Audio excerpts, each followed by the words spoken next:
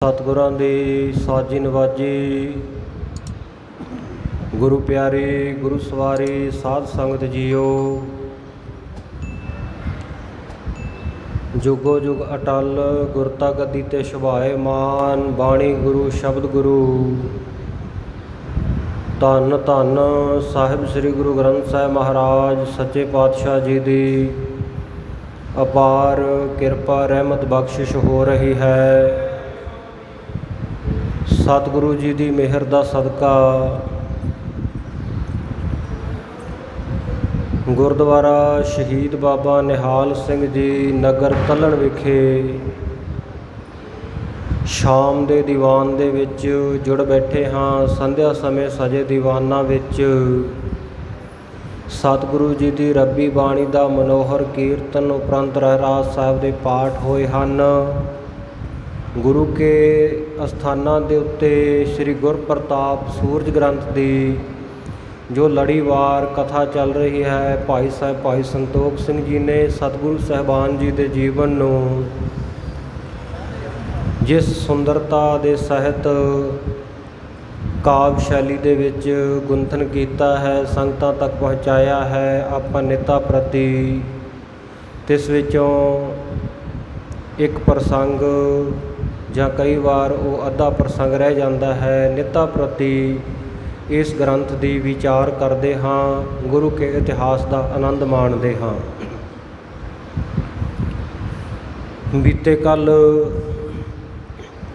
आपां गुरु कृपा द्वारा सरवण किया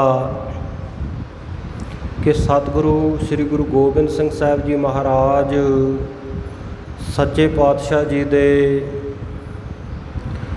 पवित्र दरबार दे विच 52 कवि जो हमेशा ही हाज़र रहंदे सन।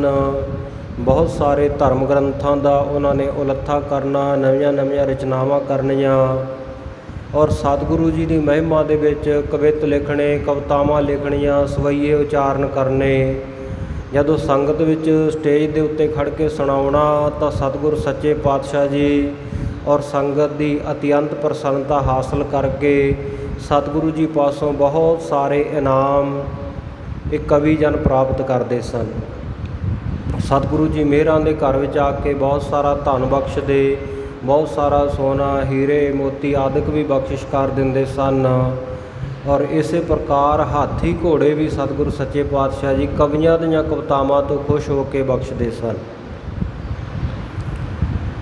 सो वख वख कवि वख वख रसां दे विच कवितावां की रचना करते हैं।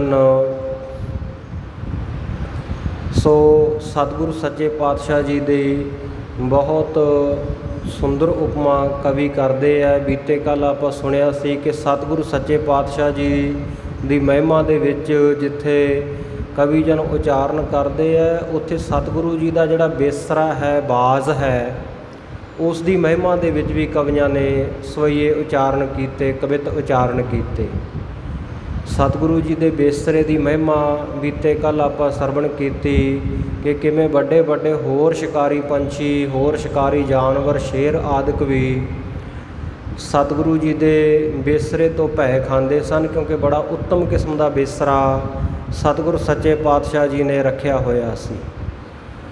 सो जिस वेले इस बेसरे ने घोगड़ का शिकार किया, अपने पंजियां दे नाल उहदे चपेट मारी, उस तो बाद चुंझ नूं चुभोया अते फिर झपट के उहदे उत्ते पै गया। जदों धरती दे उत्ते मार गिराया घोगड़ नूं तां उस वेले सतगुरु जी बड़ी प्रसन्नता दे घर विच आए, खुशी दे विच आके, मौज विच आके सतगुरु सच्चे पातशाह जी ने बहुत सारे बेशकीमती जिहड़े घोड़े तवेले विच खड़े सन वो मंगा के उत्थे सतगुरु जी ने दान किए। सो इस प्रकार बेप्रवाह सतगुरु सच्चे पातशाह जी जिमें जिमें कौतुक वरता रहे हैं और होर कवि जन जिमें सतगुरु सच्चे पातशाह जी की महिमा दे विच कवितावां उचारण कर रहे हैं। रिंदा प्रसंग अगे सरवण करिए जी। सतनाम श्री वाहिगुरू साहिब जी कविता संग पड़े वंत का सदी मनाते। ਸਤਿਗੁਰੂ ਜੀ ਦੇ ਦਰਬਾਰ ਦੇ ਵਿੱਚ ਇੱਕ ਸੁਦਾਮਾ ਨਾਮ ਦਾ ਕਵੀ ਹੈ ਔਰ ਇਹ ਕਵੀ ਸੁਦਾਮਾ ਹੈ। ਇਹਨੇ ਮਨ ਦੇ ਵਿੱਚ ਐਸਾ ਖਿਆਲ ਕੀਤਾ ਕਿ ਜਿਵੇਂ ਭਗਵਾਨ ਕ੍ਰਿਸ਼ਨ ਜੀ ਵੇਲੇ ਉਹਨਾਂ ਦਾ ਇੱਕ ਮਿੱਤਰ ਸੁਦਾਮਾ ਹੋਇਆ ਹੈ। ਬਚਪਨ ਵਿੱਚ ਇਹ ਇਕੱਠੇ ਪੜ੍ਹੇ ਸਨ, ਪਰ ਬਾਅਦ ਵਿੱਚ ਉਹਦੇ ਉੱਤੇ ਬੜੀ ਗਰੀਬੀ ਆ ਗਈ ਸੀ। ਫਿਰ ਉਹਦੀ ਘਰਵਾਲੀ ਨੇ ਪ੍ਰੇਰਨਾ ਕੀਤੀ ਕਿ ਕ੍ਰਿਸ਼ਨ ਭਗਵਾਨ ਜੀ ਤੇਰੇ ਮਿੱਤਰ ਹਨ, ਉਹ ਦੁਆਰਕਾ ਦੇ ਰਾਜੇ ਹਨ। ਅਸੀਂ ਉਹਨਾਂ ਦੇ ਹੁੰਦਿਆਂ ਸੁਣਦਿਆਂ ਤੁਹਾਡਾ ਮਿੱਤਰ ਰਾਜਾ ਹੋਵੇ ਅਤੇ ਘਰ ਦੇ ਵਿੱਚ ਰੋਟੀ ਦੇ ਲਾਲੇ ਪਏ ਹੋਏ ਆ, ਭੁੱਖੇ ਮਰ ਰਹੇ ਹਾਂ, ਜਾਓ ਉਹਨਾਂ ਕੋਲ ਜਾ ਕੇ ਮਦਦ ਮੰਗੋ। ਸੋ ਇਹ ਸੁਦਾਮਾ ਬ੍ਰਾਹਮਣ ਸੀ ਜਿਹੜਾ ਇਹ ਆਪਣੇ ਮਿੱਤਰ ਭਗਵਾਨ ਕ੍ਰਿਸ਼ਨ ਜੀ ਕੋਲ ਜਿਸ ਵੇਲੇ ਪਹੁੰਚਿਆ ਤਾਂ ਉਹਨਾਂ ਨੇ ਦੂਰੋਂ ਪਛਾਣ ਲਿਆ ਔਰ ਦੂਰੋਂ ਦੇਖ ਡੰਡੌਤ ਕਰ, ਦੂਰੋਂ ਹੀ ਦੇਖ ਕੇ ਬ੍ਰਾਹਮਣ ਜਾਣ ਕੇ ਨਮਸਕਾਰ ਕੀਤੀ, ਆਪਣਾ ਪਰਮ ਮਿੱਤਰ ਜਾਣ ਕਰਕੇ ਨਮਸਕਾਰ ਕੀਤੀ, ਆ ਕੇ ਪ੍ਰਦਖਣਾ ਕੀਤੀ। ਫਿਰ ਪੈਰੀਂ ਹੱਥ ਲਾ ਕੇ ਭਗਵਾਨ ਕ੍ਰਿਸ਼ਨ ਜੀ ਨੇ ਸੁਦਾਮੇ ਦੇ ਅਤੇ ਉਹਨੂੰ ਗਲ ਦੇ ਨਾਲ ਲਾਇਆ, ਆਪਣੇ ਸਿੰਘਾਸਣ ਦੇ ਉੱਤੇ ਨਾਲ ਬਿਠਾਇਆ। ਔਰ ਇਸ ਦੀ ਪਤਨੀ ਨੇ, ਸੁਦਾਮੇ ਦੀ ਪਤਨੀ ਨੇ ਜਿਸ ਵੇਲੇ ਆਖਿਆ ਸੀ, ਭਾਈ ਗੁਰਦਾਸ ਜੀ ਕਹਿੰਦੇ ਨੇ, ਲਾਗੂ ਹੋਈ ਬਾਹਮਣੀ ਮਿਲ ਜਗਦੀਸ਼ ਦਲਿੱਦਰ ਗਵਾਏ, ਕਿ ਜਗਤ ਦੇ ਈਸ਼ ਭਗਵਾਨ ਕ੍ਰਿਸ਼ਨ ਜੀ ਨੂੰ ਮਿਲ ਕੇ ਆਪਣਾ ਦਲਿੱਦਰ ਗਵਾ ਲਈਏ, ਗਰੀਬੀ ਦੂਰ ਕਰ ਲਈਏ। ਤਾਂ ਆਖਿਆ ਭਾਗਵਾਨ ਨੇ ਭਗਵਾਨ ਜੀ ਦੇ ਘਰ ਜਾਣਾ ਹੈ, ਰਾਜਾ ਜੀ ਦੇ ਘਰ ਜਾਣਾ ਹੈ। ਅਤੇ ਧਰਮ ਗ੍ਰੰਥਾਂ ਦਾ ਇਹ ਨਿਯਮ ਹੈ, ਰਾਜ ਵੈਦ ਗੁਰ ਜੋਤਿਸ਼ੀ ਇਨਕੇ ਪਾਸ ਜੋ ਜਾਏ, ਖਾਲੀ ਹਾਥ ਨਾ ਜਾਈਐ ਫਲ ਦੀਏ ਫਲ ਪਾਏ। ਰਿਕਤ ਪਾਨ ਨਹਿ ਪਰਸੀ ਹੈ, ਭੂਪ ਭਿਖਕ ਗੁਰਦੇਵ, ਫਲ ਦੀਏ ਫਲ ਪਾਈਐ, ਫਲੈ ਨਾ ਫਲ ਬਿਨ ਸੇਵ। ਕੋਈ ਨਾ ਕੋਈ ਭੇਟਾ ਜ਼ਰੂਰ ਲੈ ਕੇ ਜਾਣੀ ਚਾਹੀਦੀ ਆ। ਆਖਿਆ ਆਪਾਂ ਗਰੀਬ ਬਹੁਤ ਆ, ਕੀ ਭੇਟਾ ਲੈ ਕੇ ਜਾਈਏ? ਤਾਂ ਇਹਦੀ ਘਰਵਾਲੀ ਨੇ ਪ੍ਰੇਮ ਦੇ ਨਾਲ ਕੁਝ ਚਾਵਲ ਇਹਦੇ ਪੱਲੇ ਦੇ ਨਾਲ ਬੰਨ੍ਹ ਦਿੱਤੇ ਸਨ।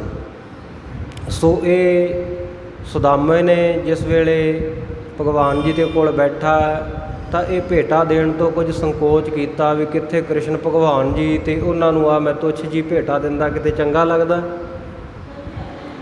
ਤਾਂ ਇਹ ਮਨ ਵਿੱਚ ਐਸਾ ਸੋਚ ਵਿਚਾਰ ਕੇ ਇਹ ਸੁਦਾਮੇ ਨੇ ਜਿਸ ਵੇਲੇ ਇਹ ਭੇਟਾ ਨਾ ਦਿੱਤੀ, ਭਗਵਾਨ ਜੀ ਦੀ ਨਜ਼ਰ ਪੈ ਗਈ ਤਾਂ ਉਹਨਾਂ ਨੇ ਆਪ ਮੰਗ ਕੇ ਅਤੇ ਬਦੋ ਬਦੀ ਇਹ ਸੁਦਾਮਾ ਜੀ ਤੋਂ ਜਿਹੜਾ ਇਹ ਪੱਲੇ ਦੇ ਵਿੱਚ ਚਾਵਲ ਬੰਨੇ ਹੋਏ ਸਨ ਉਹ ਖੋਹ ਲਏ ਅਤੇ ਖੁਸ਼ੀ ਦੇ ਨਾਲ ਫੱਕੇ ਮਾਰ ਮਾਰ ਕੇ ਛਕਣ ਲੱਗ ਪਏ।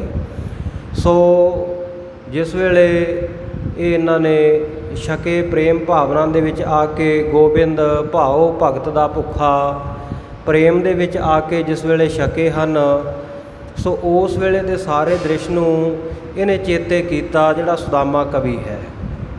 ਸੁਦਾਮੇ ਕਵੀ ਨੇ ਉਹ ਸਾਰਾ ਸੀਨ ਯਾਦ ਕੀਤਾ ਅਤੇ ਸੋਚਿਆ ਕਿ ਮੇਰਾ ਨਾਮ ਵੀ ਸੁਦਾਮਾ ਹੈ। ਉਸ ਵੇਲੇ ਗੋਬਿੰਦ ਕ੍ਰਿਸ਼ਨ ਜੀ ਦੇ ਰੂਪ ਵਿੱਚ ਸਨ ਅਤੇ ਹੁਣ ਗੁਰੂ ਗੋਬਿੰਦ ਸਿੰਘ ਸਾਹਿਬ ਮਹਾਰਾਜ ਸੱਚੇ ਪਾਤਸ਼ਾਹ ਹਨ। ਹੈ ਤਾਂ ਭਗਵਾਨ ਦੀ ਜੋਤ ਹੀ, ਰੱਬੀ ਜੋਤ ਹੀ, ਵਾਹਿਗੁਰੂ ਪਰਮੇਸ਼ਰ ਦਾ ਹੀ ਸਰੂਪ ਹਨ। ਤਾਂ ਇਹਨੇ ਇਹ ਸੋਚ ਕੇ ਫਿਰ ਸਤਿਗੁਰ ਸੱਚੇ ਪਾਤਸ਼ਾਹ ਜੀ ਦੀ ਆ ਕੇ ਚਰਨਾਂ ਦੇ ਵਿੱਚ ਅਰਜ਼ ਕੀਤੀ ਅਤੇ ਉਸੇ ਤਰ੍ਹਾਂ ਇਹ ਭੇਟਾ ਲੈ ਕੇ ਆਇਆ। ਸਤਿਗੁਰੂ ਜੀ ਨੂੰ ਕ੍ਰਿਸ਼ਨ ਰੂਪ ਸਮਝਦਾ ਹੋਇਆ ਅਤੇ ਆਪਣੇ ਆਪ ਨੂੰ ਸੁਦਾਮਾ ਬ੍ਰਾਹਮਣ ਦਾ ਰੂਪ ਸਮਝਦਾ ਹੋਇਆ ਇਹ ਸੁਦਾਮਾ ਕਵੀ ਲਿਖਦਾ ਹੈ ਕਿ ਏਕ ਸੰਗ ਪੜ੍ਹੇ ਅਵੰਤ ਕਾ ਸੰਦੀਪਨ ਕੋ, ਕਿ ਭਗਵਾਨ ਕ੍ਰਿਸ਼ਨ ਜੀ ਅਤੇ ਸੁਦਾਮਾ ਜੀ ਦੋਵੇਂ ਕਲਾਸਮੇਟ ਸਨ, ਕਲਾਸ ਫੈਲੋ ਸਨ। ਇਕੱਠੇ ਹੀ ਅਵੰਤਕਾਪੁਰੀ ਦੇ ਵਿੱਚ ਆਪਣੇ ਗੁਰੂ ਸੰਦੀਪਨ ਦੇ ਕੋਲ ਬਚਪਨ ਵਿੱਚ ਪੜ੍ਹੇ ਸਨ।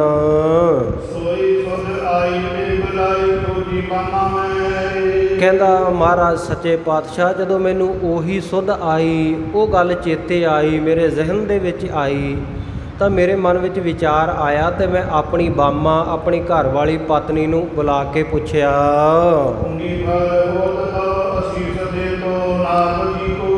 ਕਿ ਮੈਂ ਜਿਵੇਂ ਸੁਦਾਮਾ ਭਗਵਾਨ ਕ੍ਰਿਸ਼ਨ ਦੇ ਦਰਸ਼ਨ ਕਰਨ ਗਿਆ ਸੀ, ਮੈਂ ਗੁਰੂ ਗੋਬਿੰਦ ਸਿੰਘ ਸਾਹਿਬ ਮਹਾਰਾਜ ਜੀ ਦੇ ਦਰਸ਼ਨ ਕਰਨ ਚੱਲਿਆ। ਜੇਕਰ ਆਪਾਂ ਅਮੀਰ ਹੁੰਦੇ ਅਤੇ ਆਪਣੇ ਘਰ ਦੇ ਵਿੱਚ ਪੁੰਗੀ ਫਲ ਭਾਵ ਸੁਪਾਰੀ ਦਾ ਫਲ ਹੁੰਦਾ ਤਾਂ ਮੈਂ ਜਾ ਕੇ ਅਸੀਸ ਵਜੋਂ ਸਤਿਗੁਰ ਸੱਚੇ ਪਾਤਸ਼ਾਹ ਜੀ ਨੂੰ ਇਹ ਭੇਟ ਕਰਦਾ।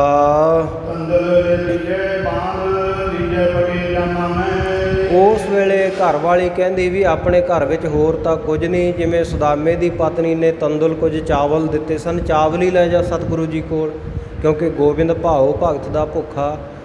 ਵਾਹਿਗੁਰੂ ਪਰਮੇਸ਼ਰ ਸਤਿਗੁਰੂ ਸੱਚੇ ਪਾਤਸ਼ਾਹ ਜੀ ਉਹ ਤਾਂ ਭਾਵਨਾ ਵੇਖਦੇ ਆ ਸਿੱਖ ਦੀ, ਇਹ ਨਹੀਂ ਵੇਖਦੇ ਇਹਨੇ ਕੌਡੀ ਰੱਖੀ ਆ ਜਾਂ ਲੱਖਾਂ ਰੁਪਈਏ ਭੇਟ ਕੀਤੇ। ਭਾਵਨਾ ਨਾਲ ਚਾਹੇ ਕੋਈ ਕੌਡੀ ਵੀ ਰੱਖ ਦੇਵੇ ਅਤੇ ਹੰਕਾਰ ਸਹਿਤ ਭਾਵੇਂ ਕਰੋੜਾਂ ਗੁਰੂ ਕੀ ਗੋਲਕ ਵਿੱਚ ਪਾ ਜਾਵੇ, ਉਹ ਵੀ ਪ੍ਰਵਾਨ ਨਹੀਂ ਹੁੰਦੀ। ਅਤੇ ਹੁੰਦੇ ਸੁਣਦਿਆਂ ਵੀ ਜੇਕਰ ਕੋਈ ਕੌਡੀ ਪਾਉਂਦਾ ਤਾਂ ਉਹ ਗੱਲ ਮਾੜੀ ਹੈ। ਹਾਂ, ਜਿੰਨੀ ਕਿ ਜਿਸ ਦੀ ਪਹੁੰਚ ਹੈ ਉਹਨਾਂ ਗੁਰੂ ਲੇਖੇ ਦਸਵੰਧ ਕੱਢਣਾ ਚਾਹੀਦਾ, ਗੁਰੂ ਦੀ ਭੇਟਾ ਕਰਨਾ ਚਾਹੀਦਾ ਹੈ। ਸੋ ਜਿਸ ਵੇਲੇ ਇਹਨਾਂ ਨੇ ਸੋਚਿਆ ਕਿ ਸਤਿਗੁਰੂ ਜੀ ਦੇ ਦਰਸ਼ਨ ਦੀਦਾਰ ਕਰਨ ਜਾਣਾ, ਘਰ ਵਾਲੀ ਦੇ ਨਾਲ ਸਲਾਹ ਮਸ਼ਵਰਾ ਕੀਤਾ ਅਤੇ ਆਖਿਆ ਜੇ ਸਾਡੇ ਘਰ ਵਿੱਚ ਪੁੰਗੀ ਫਲ ਹੁੰਦਾ, ਸੁਪਾਰੀ ਫਲ ਹੁੰਦਾ ਤਾਂ ਸਤਿਗੁਰੂ ਸੱਚੇ ਪਾਤਸ਼ਾਹ ਜੀ ਵਾਸਤੇ ਮੈਂ ਲੈ ਜਾਂਦਾ। ਪਰ ਘਰ ਵਾਲੀ ਕਹਿੰਦੀ ਘਰ ਵਿੱਚ ਆਪਣੇ ਤੰਦੁਲ ਹੈ, ਕੁਝ ਚਾਵਲ ਹੈ, ਤਾਂ ਇਹ ਕਹਿੰਦੀ ਇਹ ਲੈ ਜਾ ਤੰਦੁਲ ਲੈ। ਕਹਿੰਦਾ ਮੈਂ ਕਿਹਾ ਦੀਜਾ ਬੰਨ੍ਹ ਦੇ। ਤਾਂ ਉਸ ਵੇਲੇ ਲੀਜਾ ਫਟੇ ਜਾਮਾ ਮੈਂ, ਅਤੇ ਉਹ ਕਹਿੰਦੀ ਵੀ ਘਰ ਵਿੱਚ ਕੋਈ ਕੱਪੜਾ ਵੀ ਨਹੀਂ ਹੈ, ਇਹਨੂੰ ਆਪਣੇ ਟੱਲੇ ਦੇ ਨਾਲ ਹੀ ਪੱਲੇ ਦੇ ਨਾਲ ਹੀ ਫਟੇ ਹੋਏ ਜਾਮੇ ਦੇ ਨਾਲ ਹੀ ਬੰਨ੍ਹ ਕੇ ਲੈ ਜਾ।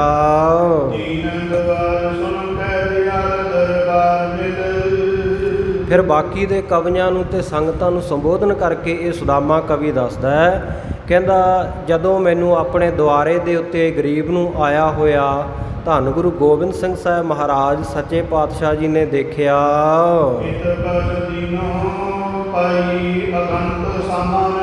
ਤਾਂ ਕਹਿੰਦਾ ਮੈਨੂੰ ਦੀਨਾਂ ਦੇ ਉੱਤੇ ਦਿਆਲਤਾ ਕਰਨ ਵਾਲੇ ਸਤਿਗੁਰੂ ਸ੍ਰੀ ਗੁਰੂ ਗੋਬਿੰਦ ਸਿੰਘ ਸਾਹਿਬ ਮਹਾਰਾਜ ਸੱਚੇ ਪਾਤਸ਼ਾਹ ਜੀ ਦੇ ਦਰਬਾਰ ਵਿੱਚੋਂ ਇੰਨਾ ਕੁਝ ਪ੍ਰਾਪਤ ਹੋਇਆ, ਇਤੋਂ ਕਛ ਦੀਨੋਂ ਪਾਈ ਅਗਣਤ ਸਾਮਾ ਮੈਂ, ਇੰਨਾ ਕੁਝ ਮੈਨੂੰ ਬਖਸ਼ਿਸ਼ ਕੀਤਾ ਕਿ ਮੈਂ ਗਿਣਤੀ ਨਹੀਂ ਕਰ ਸਕਦਾ ਵੀ ਮੈਨੂੰ ਕਿੰਨੀਆਂ ਬਖਸ਼ਿਸ਼ਾਂ ਸਤਿਗੁਰੂ ਜੀ ਨੇ ਕਰ ਦਿੱਤੀਆਂ। ਕਹਿੰਦਾ ਭਗਵਾਨ ਕ੍ਰਿਸ਼ਨ ਜੀ ਨੇ ਸੁਦਾਮੇ ਦਾ ਘਰ ਬਣਾ ਦਿੱਤਾ ਸੀ, 4 ਪਦਾਰਥ ਸਕੁਚ ਪਠਾਏ ਸੰਕੋਚ ਕੇ ਜੇ, ਅਤੇ ਉਹ 4 ਪਦਾਰਥ ਉਹਨੂੰ ਦੇ ਦਿੱਤੇ ਸਨ। ਘਰ-ਬਾਰ ਉਹਦਾ ਸੋਹਣਾ ਬਣਾ ਦਿੱਤਾ ਸੀ, ਉੱਥੇ ਬੈਠਿਆਂ ਹੀ ਬਿਨਾਂ ਦੱਸੇ। ਪਰ ਕਹਿੰਦੇ ਉਹ ਜਿਹੜੀਆਂ ਬਖਸ਼ਿਸ਼ਾਂ ਸਨ ਨਾ ਉਹ ਤਾਂ ਬਹੁਤ ਥੋੜ੍ਹੀਆਂ ਸਨ, ਪਰ ਮੇਰੇ ਉੱਤੇ ਸੁਦਾਮੇ ਕਵੀ ਉੱਤੇ ਗੁਰੂ ਗੋਬਿੰਦ ਸਿੰਘ ਸਾਹਿਬ ਮਹਾਰਾਜ ਜੀ ਨੇ ਦਿਆਲੂ ਹੋ ਕੇ ਇੰਨੀਆਂ ਬਖਸ਼ਿਸ਼ਾਂ ਕਰ ਦਿੱਤੀਆਂ ਜਿਹੜੀਆਂ ਕਿ ਅਗਣਤ ਹਨ, ਗਿਣੀਆਂ ਨਹੀਂ ਜਾ ਸਕਦੀਆਂ।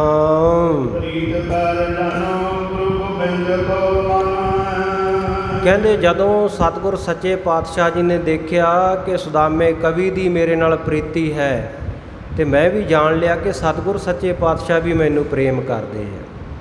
ਪ੍ਰੀਤ ਕਰ ਜਾਣੇ, ਪ੍ਰੀਤ ਕਰਕੇ ਮੈਂ ਜਾਣਿਆ ਗੁਰ ਗੋਬਿੰਦ ਕੈ ਮਾਨੇ। ਉਸ ਵੇਲੇ ਤੋਂ ਮੈਂ ਤਾਂ ਗੁਰੂ ਗੋਬਿੰਦ ਸਿੰਘ ਸਾਹਿਬ ਮਹਾਰਾਜ ਨੂੰ ਬਹੁਤ ਜ਼ਿਆਦਾ ਮੰਨਣ ਲੱਗ ਪਿਆ।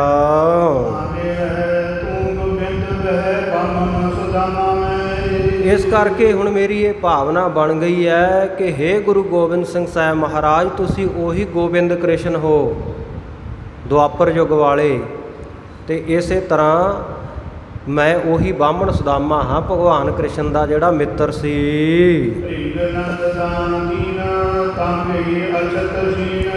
ਫਿਰ ਕਹਿੰਦੇ ਭ੍ਰਿਗੂ ਨੰਦ ਨੇ ਜਿਹੜਾ ਦਾਨ ਦਿੱਤਾ, ਭ੍ਰਿਗੂ ਦੀ ਜਿਹੜੀ ਕੁਲ ਦੇ ਵਿੱਚੋਂ ਇਹ ਇੱਕ ਜਮਦੱਗਣ ਰਿਸ਼ੀ ਦਾ ਪੁੱਤਰ ਪਰਸ਼ੂਰਾਮ ਹੋਇਆ, ਜਿਹਨੇ ਆਪਣੇ ਪਿਤਾ ਦੇ ਨਰਾਦਰ ਤੋਂ ਜਿਹੜੇ ਬ੍ਰਾਹਮਣਾਂ ਦੀਆਂ 21 ਕੁਲਾਂ ਖਤਮ ਕਰ ਦਿੱਤੀਆਂ ਸਨ, ਕੁਹਾੜੇ ਦੇ ਨਾਲ ਵੱਢ ਕੇ ਕੁਹਾੜੇ ਦੇ ਨਾਲ ਨਾਸ਼ ਕਰ ਦਿੱਤਾ ਸੀ ਬ੍ਰਾਹਮਣ।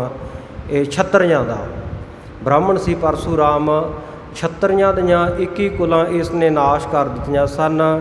ਸੋ ਭ੍ਰਿਗੂ ਰਿਸ਼ੀ ਦੀ ਇਹ ਕੁਲ ਦੇ ਵਿੱਚੋਂ ਹੋਇਆ। ਭ੍ਰਿਗੂ ਦੀ ਜਿਹੜੀ ਕੁਲ ਦਾ ਸਰਮੌਰ, ਉਹਨੇ ਕਹਿੰਦੇ ਖੱਤਰੀਆਂ ਨੂੰ ਖਤਮ ਕਰਨ ਤੋਂ ਬਾਅਦ ਬ੍ਰਾਹਮਣਾਂ ਨੂੰ ਬਹੁਤ ਸਾਰਾ ਦਾਨ ਦਿੱਤਾ, ਪਰ ਕਹਿੰਦੇ ਉਹ ਜਿਹੜਾ ਦਾਨ ਦਿੱਤਾ ਹੋਇਆ ਨਾ ਤਾਂ ਕਿ ਹੀ ਅਛਤ ਛੀਨ ਜਾਚਤ ਫਿਰਤ ਦੀਨ। ਕਹਿੰਦੇ ਉਸ ਦੇ ਹੁੰਦਿਆਂ ਸੁੰਦਿਆਂ, ਅਛਤ ਨਾਮ ਹੈ ਹੁੰਦਿਆਂ ਸੁੰਦਿਆਂ ਦਾ, ਕਹਿੰਦੇ ਪਰਸ਼ੂਰਾਮ ਦੇ ਹੁੰਦਿਆਂ ਸੁੰਦਿਆਂ ਉਹਦੀ ਹਯਾਤੀ ਵਿੱਚ, ਉਹਦੀ ਜ਼ਿੰਦਗੀ ਦੇ ਵਿੱਚ ਹੀ ਕਹਿੰਦੇ ਜਿਹੜਾ ਉਹ ਸਭ ਕੁਝ ਦਾਨ ਦਿੱਤਾ ਹੋਇਆ ਸੀ ਉਹ ਛੀਨ ਹੋ ਗਿਆ, ਬ੍ਰਾਹਮਣਾਂ ਕੋਲੋਂ ਖਤਮ ਹੋ ਗਿਆ।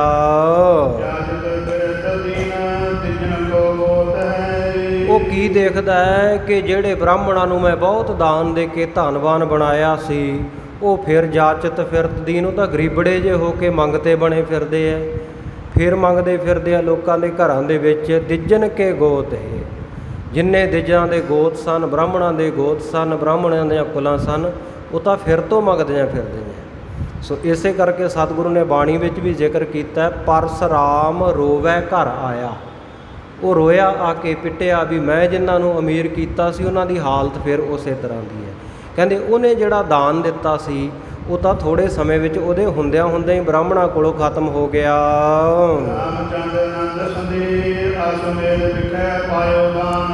ਤੇ ਭਗਵਾਨ ਰਾਮਚੰਦਰ ਜੀ ਇਹਨਾਂ ਨੇ ਕਹਿੰਦੇ ਰਾਮਚੰਦ ਆਨੰਦ ਸੰਦੋ, ਭਗਵਾਨ ਰਾਮਚੰਦਰ ਜੀ ਜਿਹੜੇ ਕਹਿੰਦੇ ਆਨੰਦ ਦੇ ਸੰਦੋ, ਆਨੰਦ ਦੇ ਘਰ ਹਨ। ਅਸਮੇਧ ਵਿਖੇ ਪਾਇਓ ਦਾਨ, ਇਹਨਾਂ ਨੇ ਅਸਮੇਧ ਯੱਗ ਕੀਤਾ ਤੇ ਇਹਨਾਂ ਦੇ ਕੋਲੋਂ ਕਹਿੰਦੇ ਬਹੁਤ ਸਾਰਾ ਦਾਨ ਲੋਕਾਂ ਨੇ ਪ੍ਰਾਪਤ ਕੀਤਾ। ਕਹਿੰਦੇ ਫਿਰ ਉਹ ਜਿਹੜਾ ਭਗਵਾਨ ਰਾਮਚੰਦਰ ਜੀ ਵੱਲੋਂ ਮਿਲਿਆ ਹੋਇਆ ਦਾਨ ਸੀ ਨਾ, ਉਹਨਾਂ ਲੋਕਾਂ ਨੇ ਕਹਿੰਦੇ ਪੁੱਤ ਪੋਤਰਿਆਂ ਤੱਕ, ਨਾਤੀਆਂ ਤੱਕ ਖਾਧਾ। ਪੁੱਤ ਪੋਤਰਾ ਤੇ ਨਾਤੀ ਹੁੰਦਾ ਹੈ ਜਿਹੜਾ ਪੜੋਤੇ ਦਾ ਪੁੱਤਰ ਹੋਵੇ, ਪੜਪੋਤੇ ਦਾ ਪੁੱਤਰ, ਪੜੋਤੇ ਦਾ ਪੁੱਤਰ, ਔਰ ਇਸੇ ਤਰ੍ਹਾਂ ਦੋਤਰੇ ਦਾ ਅੱਗੇ ਬੇਟਾ ਹੋਵੇ, ਉਹਨਾਂ ਨੂੰ ਨਾਤੀ ਕਿਹਾ ਜਾਂਦਾ। ਸੋ ਕਹਿੰਦੇ ਉਹਦੇ ਪੁੱਤ ਪੋਤਿਆਂ ਨਾਤੀਆਂ ਤੱਕ ਉਹਨਾਂ ਸਾਰਿਆਂ ਨੇ ਬੈਠ ਕੇ ਖਾਧਾ, ਪਰ ਨਾਤੀਆਂ ਤੱਕ ਆ ਕੇ ਕਹਿੰਦੇ ਉਹ ਧਨ ਖਤਮ ਹੋ ਗਿਆ।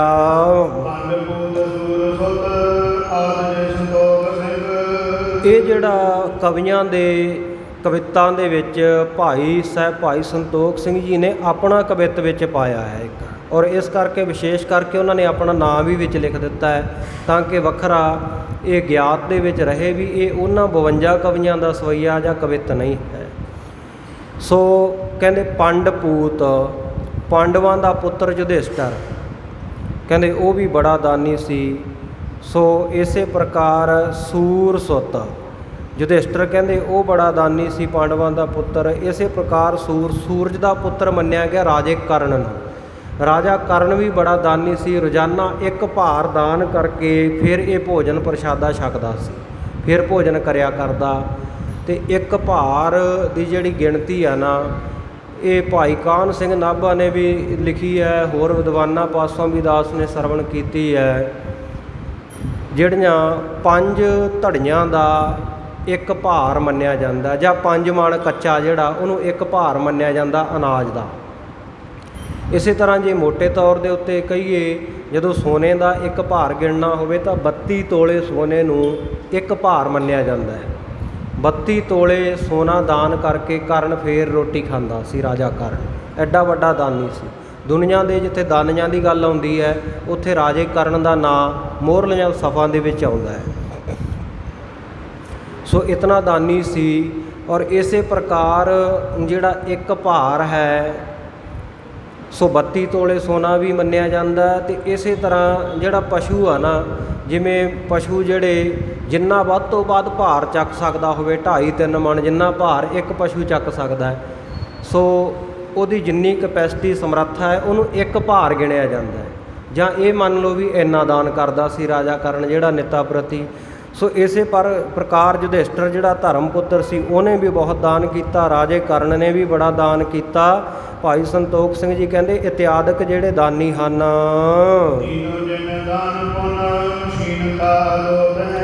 ਕਹਿੰਦੇ ਜਿਹੜੇ ਐਡੇ ਵੱਡੇ ਵੱਡੇ ਦਾਨੀਆਂ ਨੇ ਦਾਨ ਦਿੱਤਾ ਨਾ, ਪਰ ਜਿਨ੍ਹਾਂ ਨੂੰ ਦਾਨ ਦਿੱਤਾ ਪੁੰਨ ਫੇਰ ਛੀਨਤਾ ਉਦੋਤ ਹੈ। ਫਿਰ ਉਹਨਾਂ ਦੇ ਆ ਕੇ ਕਹਿੰਦੇ ਗਰੀਬੀ ਪ੍ਰਗਟ ਹੋ ਗਈ, ਉਹਨਾਂ ਦਾ ਦਿੱਤਾ ਹੋਇਆ ਦਾਨ ਖਤਮ ਹੋ ਗਿਆ। ਸ੍ਰੀ ਗੁਰੂ ਗੋਬਿੰਦ ਸਿੰਘ ਦਾਨ ਦੀਨਾ ਕੋ ਸਾਹਮਣਾ ਨਾ ਸਾਹਮਣਾ। ਸ੍ਰੀ ਗੁਰੂ ਗੋਬਿੰਦ ਸਿੰਘ ਜੀ ਮਹਾਰਾਜ ਸੱਚੇ ਪਾਤਸ਼ਾਹ ਜੀ ਨੇ ਜਿੰਨਾ ਦਾਨ ਕਹਿੰਦਾ ਮੈਨੂੰ ਦਿੱਤਾ ਹੈ, ਜਾਂ ਹੋਰਨਾਂ ਲੋਕਾਂ ਨੂੰ ਖੁਸ਼ੀਆਂ ਦੇ ਵਿੱਚ ਆ ਕੇ ਦਾਨ ਦੇ ਦਿੰਦੇ ਆ ਨਾ, ਦਾਨ ਦੀਨੋ ਕੋ ਨਾ ਸਾਮਾ।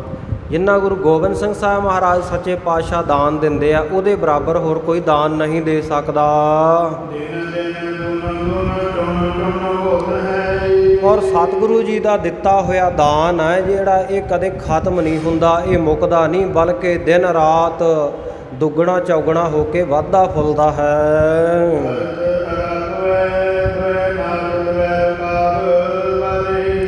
ਇਸੇ ਤਰ੍ਹਾਂ ਸਤਿਗੁਰ ਸੱਚੇ ਪਾਤਸ਼ਾਹ ਜੀ ਕਹਿੰਦੇ ਉਹਨਾਂ ਨੇ ਜਿਹੜੇ ਅਰਬ ਇਰਾਕਬ ਹੈ, ਅਰਬ ਦੇ ਅਤੇ ਇਰਾਕ ਦੇ ਜਿਹੜੇ ਘੋੜੇ ਹੈ ਬਹੁਤ ਉੱਤਮ ਕਿਸਮ ਦੇ ਮੰਨੇ ਗਏ ਆ। ਅਰਬ ਅਤੇ ਇਰਾਕ ਦੇ ਵਿੱਚ ਜਿਹੜੇ ਘੋੜੇ ਆ ਚੰਗੀ ਨਸਲ ਦੇ, ਅਰਬੀ ਘੋੜੇ, ਇਰਾਕੀ ਘੋੜੇ, ਬਹੁਤ ਤੇਜ਼ ਤਰਾਰ ਘੋੜਿਆਂ ਦੀਆਂ ਨਸਲਾਂ ਉੱਥੇ ਮਿਲਦੀਆਂ।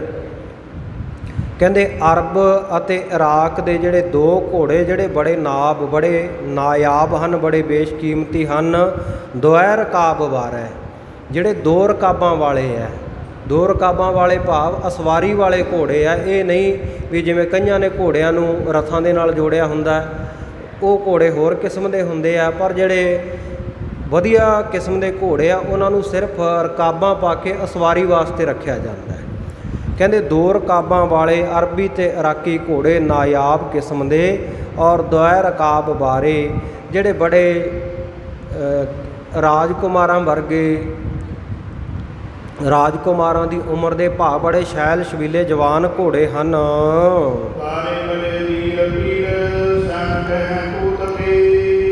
ਉਹ ਕਹਿੰਦੇ ਬੜੇ ਚੰਗੀ ਡੀਲ ਡੌਲ ਵਾਲੇ, ਬੜੇ ਚੰਗੇ ਰਿਸ਼ਟ ਪੁਸ਼ਟ ਕੱਦ ਕਾਠ ਵਾਲੇ ਘੋੜੇ ਹਨ। ਪੀਲ ਸੈਨਿਕ ਹੈ ਕੂਤ ਕੇ। ਇਹਨਾਂ ਘੋੜਿਆਂ ਨੂੰ ਦੇਖ ਕੇ ਕਹਿੰਦੇ ਜਿਹੜੇ ਹਾਥੀਆਂ ਦੀ ਇਉਂ ਲੱਗਦਾ ਵੀ ਇਹ ਘੋੜੇ ਹਾਥੀਆਂ ਦੇ ਸਰਦਾਰ ਹਨ।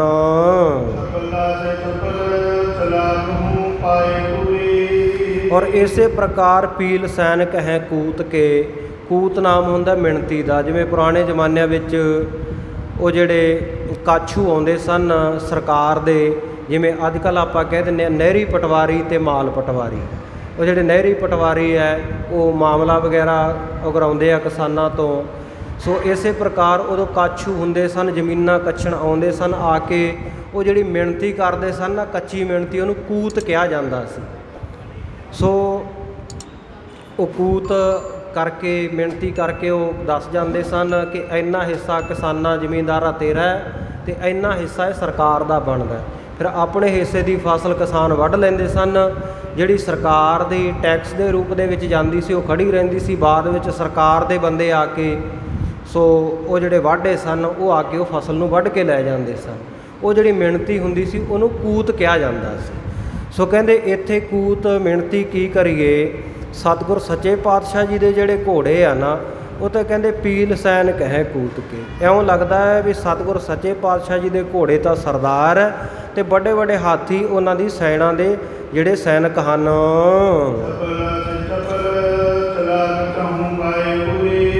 ਔਰ ਚਪਲਾ ਸੇ ਚਪਲ, ਚਪਲਾ ਨਾਮ ਹੈ ਬਿਜਲੀ ਦਾ। ਬਿਜਲੀ ਦੇ ਨਾਲੋਂ ਵੀ ਚਪਲ ਕਹੀਏ ਚੰਚਲ ਹਨ। ਜਿਵੇਂ ਬਿਜਲੀ ਆਕਾਸ਼ ਵਿੱਚ ਕਦੇ ਇੱਧਰ ਗਰਜਦੀ ਹੈ, ਕਦੇ ਉੱਧਰ ਗਰਜਦੀ ਹੈ, ਬੜੀ ਤੇਜ਼ੀ ਦੇ ਨਾਲ ਗੱਜਦੀ ਹੈ ਨਾ, ਕਦੇ ਇੱਧਰ ਕਦੇ ਉੱਧਰ। ਇਸੇ ਤਰ੍ਹਾਂ ਕਹਿੰਦੇ ਇਹ ਸਤਿਗੁਰੂ ਜੀ ਦੇ ਘੋੜੇ ਆ ਜਿਹੜੇ ਅਰਬੀ ਘੋੜੇ, ਇਰਾਕੀ ਘੋੜੇ, ਇਹ ਕਹਿੰਦੇ ਬਿਜਲੀ ਦੇ ਵਾਂਗੂ ਚੰਚਲ ਹਨ। ਚਲਾਕ ਚਹੂ ਪਾਏ ਪੂਰੇ, ਅਤੇ ਚਲਾਕ ਚੁਸਤ ਇੰਨੇ ਆ ਵੀ ਚਾਰੇ ਪੈਰਾਂ ਦੇ ਪੂਰੇ ਹਨ। ਇਹ ਨਹੀਂ ਵੀ ਇੱਕ ਪੈਰ ਲੰਗੜਾ ਜਾ ਹੋਵੇ, ਇੱਕ ਲੱਤ ਤੋਂ ਲੰਘ ਜਾ ਮਾਰਦਾ ਹੋਵੇ, ਨਹੀਂ, ਚਾਰੇ ਪੈਰਾਂ ਦੇ ਪੂਰੇ ਚਲਾਕ ਘੋੜੇ ਹਨ।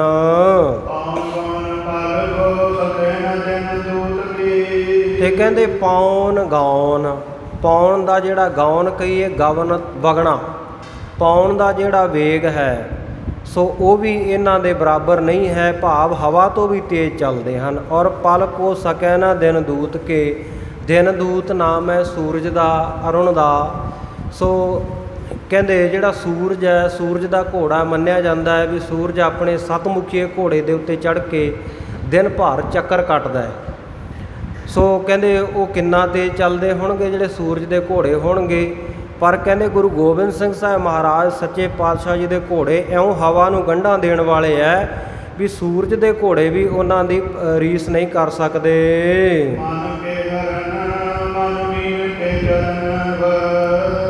ਤੇ ਇਸ ਪ੍ਰਕਾਰ ਕਹਿੰਦੇ ਸਤਿਗੁਰੂ ਜੀ ਦੇ ਘੋੜੇ ਜਿਹੜੇ ਮਨ ਕੇ ਹਰਨ, ਮਨ ਨੂੰ ਹਰਨ ਵਾਲੇ ਆ, ਮਨ ਨੂੰ ਲੁਭਾਉਣ ਵਾਲੇ ਆ, ਸੋਹਣੇ ਲੱਗਣ ਵਾਲੇ ਆ। ਜਿਹੜਾ ਵੀ ਉਹਨਾਂ ਦੇ ਦਰਸ਼ਨ ਕਰਦਾ ਹੈ ਸੋ ਉਹ ਘੋੜੇ ਚਿੱਤ ਨੂੰ ਚੁਰਾ ਲੈਂਦੇ ਆ, ਲੱਟੂ ਹੋ ਜਾਂਦਾ, ਉਹਨਾਂ 'ਤੇ ਦੀਵਾਨਾ ਹੋ ਜਾਂਦਾ ਹੈ ਸਤਿਗੁਰੂ ਜੀ ਦੇ ਘੋੜਿਆਂ ਨੂੰ ਵੇਖ ਕੇ। ਇੰਨੇ ਸੁੰਦਰ ਘੋੜੇ ਹੈ, ਮਨ ਕੇ ਹਰਨ, ਮਨ ਨੂੰ ਹਰਨ ਵਾਲੇ ਆ। ਔਰ ਮਨ ਮੀਨ ਕੇ ਦਰਨ। ਮੀਨ ਨਾਮ ਹੈ ਮੱਛੀ ਦਾ। ਮੱਛੀ ਦੇ ਮਾਣ ਨੂੰ ਵੀ ਦਲਣ ਵਾਲੇ ਆ, ਕਿਉਂਕਿ ਮੱਛੀ ਸਭ ਤੋਂ ਚੰਚਲ ਜੀਵ ਮੰਨਿਆ ਗਿਆ ਜਲ ਵਿੱਚ।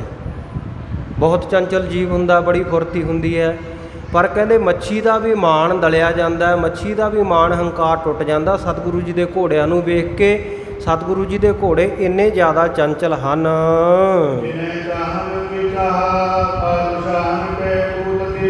ਤੇ ਜਿਨ੍ਹਾਂ ਨੂੰ ਚਾਹਣ ਦੀ ਚਾਹ ਹੈ, ਇੱਛਾ ਹੈ, ਅਭਿਲਾਖਾ ਹੈ, ਉਮੰਗ ਹੈ, ਬਾਦਸ਼ਾਹਾਂ ਦੇ ਪੁੱਤਰਾਂ ਨੂੰ ਵੀ ਅਸੀਂ ਵੀ ਉਹਨਾਂ ਘੋੜਿਆਂ ਦੇ ਦਰਸ਼ਨ ਕਰੀਏ ਜਾ ਕੇ।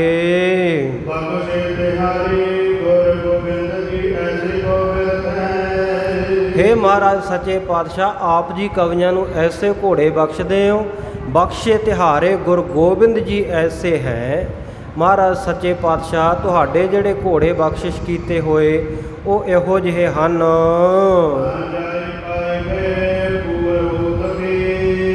ਬਿਰਥ ਹੈ ਨਾ ਜਾਏ ਪਾਏ ਗਏ ਪੁਰਹੂਤ ਕੇ। ਕਹਿੰਦੇ ਇਸੇ ਪ੍ਰਕਾਰ ਕਹਿੰਦੇ ਇਹ ਬਿਰਥ ਹੈ ਘੋੜੇ, ਰਥਾਂ 'ਤੇ ਜੁੜਨ ਵਾਲੇ ਨਹੀਂ, ਅਸਵਾਰੀ ਵਾਲੇ ਘੋੜੇ ਹਨ। ਔਰ ਨਾ ਜਾਏ ਪਾਏ ਗਏ ਪੁਰਹੂਤ ਕੇ। ਤੇ ਇਸ ਪ੍ਰਕਾਰ ਦੇ ਘੋੜੇ ਤਾਂ ਕਹਿੰਦੇ ਜੇ ਇੰਦਰ ਕੋਲੇ ਵੀ ਚਲੇ ਜਾਈਏ ਨਾ, ਐਡੀਆਂ ਐਡੀਆਂ ਬਖਸ਼ਿਸ਼ਾਂ ਤਾਂ ਕਹਿੰਦੇ ਇੰਦਰ ਵੀ ਨਹੀਂ, ਪੁਰਹੂਤ ਇੰਦਰ ਵੀ ਨਹੀਂ ਦੇ ਸਕਦਾ।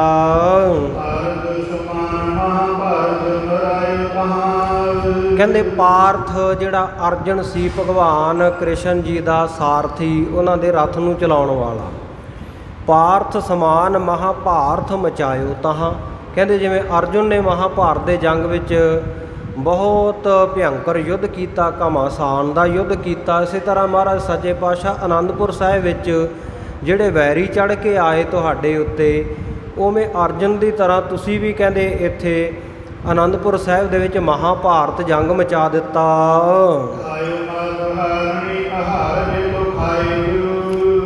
ਤੇ ਜਿਹੜੇ ਮਾਸਾਹਾਰੀ ਜੀਵ ਹੈ, ਇੱਲਾਂ ਆਦਿਕ, ਸੋ ਕਹਿੰਦੇ ਉਹ ਖਾ ਖਾ ਕੇ ਨਾ ਕਹਿੰਦੇ ਮਾਸਾਹਾਰਨੀ ਆਹਾਰ ਜੇਤੇ ਖਾਏਗੋ।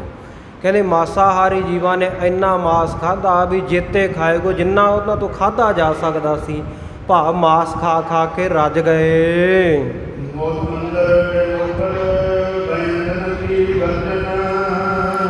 ਤੇ ਕਹਿੰਦੇ ਮੰਦਰ ਸੇ ਮੋਕਲ, ਮੰਦਰਾਂ ਘਰਾਂ ਦੇ ਵਿੱਚੋਂ ਬਾਹਰ ਨਿਕਲ ਕੇ ਗਇੰਦਨ ਕੀ ਗਰਜਨ, ਜਦੋਂ ਹਾਥੀਆਂ ਦੀ ਗਰਜ ਪਈ ਰਾਜੇ ਬਾਹਰ ਆ ਗਏ।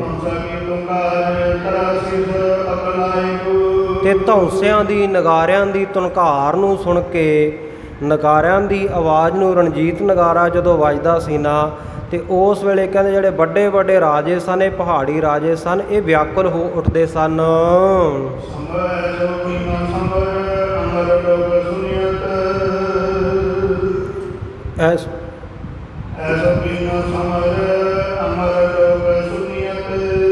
ਹਾਂਜੀ, ਐਸਾ ਸਤਿਗੁਰ ਸੱਚੇ ਪਾਤਸ਼ਾਹ ਜੀ ਨੇ ਸਮਰ ਕਹੀਏ ਯੁੱਧ ਕੀਤਾ ਕਿ ਜਿਹੜੇ ਐਸੋ ਕੀਨੋ ਸਮਰ ਅਮਰ ਲੋਕ ਸੁਣੀਐਤ। ਅਮਰ ਲੋਕ ਦੇ ਵਿੱਚ, ਦੇਵਤਿਆਂ ਦੇ ਲੋਕ ਦੇ ਵਿੱਚ ਵੀ ਕਹਿੰਦੇ ਇਹਦੀ ਮਹਿਮਾ ਸੁਣੀ ਗਈ। ਤੇ ਮਹਾਰਾਜ ਸੱਚੇ ਪਾਤਸ਼ਾਹ ਜੀ, ਤੁਸੀਂ ਐਸਾ ਜੰਗ ਕੀਤਾ, ਜਿਹੜੇ ਦੇਵਤੇ ਆ ਨਾ ਦੇਵ ਲੋਕ ਵਿੱਚ ਬੈਠੇ, ਉਹ ਤੁਹਾਡਾ ਹੀ ਜਸ ਦਾ ਵਿਖਿਆਨ ਕਰ ਰਿਹਾ, ਤੁਹਾਡਾ ਜਸ ਬਾਰ-ਬਾਰ ਕਹਿ ਰਿਹਾ, ਉਹਨਾਂ ਨੂੰ ਤਾਂ ਖਾਣਾ ਪੀਣਾ ਵੀ ਭੁੱਲ ਗਿਆ ਹੈ। ਹਾਂ, ਮੈਦਾਨ ਦੇ ਵਿੱਚ, ਮੈਦਾਨੇ ਜੰਗ ਵਿੱਚ ਸਤਿਗੁਰ ਸੱਚੇ ਪਾਤਸ਼ਾਹ ਜੀ ਨੇ ਜਿਨ੍ਹਾਂ ਵੈਰੀਆਂ ਨੂੰ ਮਾਰਿਆ ਹੈ, ਕਹਿੰਦੇ ਕਾਲ ਹੀ ਕੋਈ ਕਲਾ ਵਰਤਾਵੇ, ਸਮਾਂ ਕੋਈ ਐਸਾ ਆਵੇ ਤਾਂ ਦੁਬਾਰਾ ਉਹ ਧਰਤੀ ਦੇ ਉੱਤੇ ਆ ਸਕਦੇ ਹੈ, ਨਹੀਂ ਤਾਂ ਸਤਿਗੁਰ ਸੱਚੇ ਪਾਤਸ਼ਾਹ ਜੀ ਨੇ ਜਿਨ੍ਹਾਂ ਨੂੰ ਮਾਰ ਮਾਰ ਕੇ ਸੁੱਟ ਦਿੱਤਾ, ਉਹ ਮੁੜ ਕੇ ਧਰਤ ਦੇ ਉੱਤੇ ਨਹੀਂ ਆਉਂਦੇ।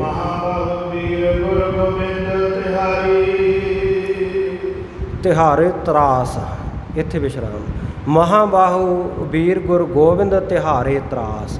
ਹੇ ਮਹਾਬਲੀ ਸਤਿਗੁਰੂ ਗੁਰੂ ਗੋਬਿੰਦ ਸਿੰਘ ਸਾਹਿਬ ਮਹਾਰਾਜ ਸੱਚੇ ਪਾਤਸ਼ਾਹ ਜੀ, ਤੁਹਾਡੇ ਤਰਾਸ ਕਰਕੇ, ਤੁਹਾਡੇ ਡਰ ਭੈ ਕਰਕੇ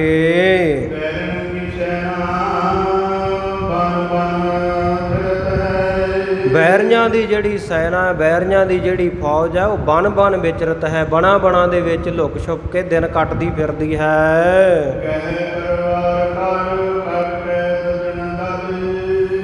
ਮਹਾਰਾਜ ਸੱਚੇ ਪਾਤਸ਼ਾਹ ਜੀਓ, ਜਦੋਂ ਆਪ ਜੀ ਆਪਣੇ ਹੱਥ ਦੇ ਵਿੱਚ ਮਿਆਨ ਦੇ ਵਿੱਚੋਂ ਕੱਢ ਕੇ ਤਲਵਾਰ ਫੜਦੇ ਹੋ ਤੇ ਕੱਢ ਕੇ ਦੁਰਜਨਾਂ ਨੂੰ, ਵੈਰੀਆਂ ਨੂੰ ਕੱਟ ਦਿੰਦੇ ਹੋ, ਵੈਰੀਆਂ ਦੇ ਦਲਾਂ ਨੂੰ ਮਾਰ ਦਿੰਦੇ ਹੋ। ਤੇ ਮਹਾਰਾਜ ਸੱਚੇ ਪਾਤਸ਼ਾਹ ਉੱਥੇ ਮੈਦਾਨੇ ਜੰਗ ਦੇ ਵਿੱਚ ਨਾ ਫਿਰ ਜੋਗ ਜੁਰੇ ਜੋਗਨ ਜਮਾਤ ਬਿਹਰਤ ਹੈ। ਉੱਥੇ ਜਿਹੜੇ ਭਗਵਾਨ ਸ਼ਿਵ ਜੀ ਜੋਗਣੀਆਂ ਦੇ ਸਮੇਤ ਉਹ ਮੈਦਾਨੇ ਜੰਗ ਵਿੱਚ ਤੁਰੇ ਫਿਰਦੇ ਆ ਦੇਖਣ ਦੇ ਲਈ, ਕਿਉਂਕਿ ਸ਼ਿਵ ਜੀ ਨੂੰ ਆਪਣੇ ਗਲ ਵਿੱਚ ਮਾਲਾ ਪਰੋਣ ਵਾਸਤੇ ਮਨੁੱਖਾਂ ਦੀਆਂ ਖੋਪੜੀਆਂ ਚਾਹੀਦੀਆਂ ਤੇ ਜੋਗਣੀਆਂ ਜਿਹੜੀਆਂ ਉਹਨਾਂ ਨੇ ਮਾਸ ਭਖਣਾ, ਮਾਸ ਖਾਣਾ ਹੁੰਦਾ। ਇਸ ਕਰਕੇ ਜੋਗਣੀਆਂ ਦੀ ਜਮਾਤ ਦੇ ਸਮੇਤ ਭਗਵਾਨ ਸ਼ਿਵ ਜੀ ਵੀ ਮੈਦਾਨੇ ਜੰਗ ਵਿੱਚ ਫਿਰਦੇ ਹਨ।